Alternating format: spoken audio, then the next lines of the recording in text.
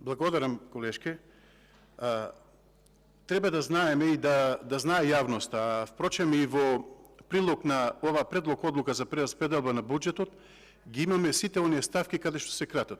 Зборувавте за студентските домови, токму таму најмногу кратите во изградбата и реконструкцијата на студентските домови. Кратите средства во Министерството за транспорт и врски, во одбрана, во земјоделие, во здравство, во животна средина и така натаму и така натаму.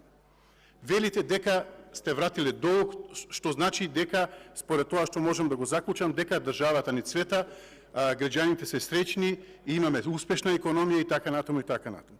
Па колешке Тасевска, ако е сето тоа така, зошто ви штрајкуваат УПОС? Зошто штрајкува судската и обвинителската администрација?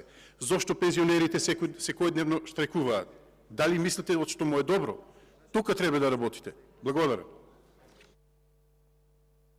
Има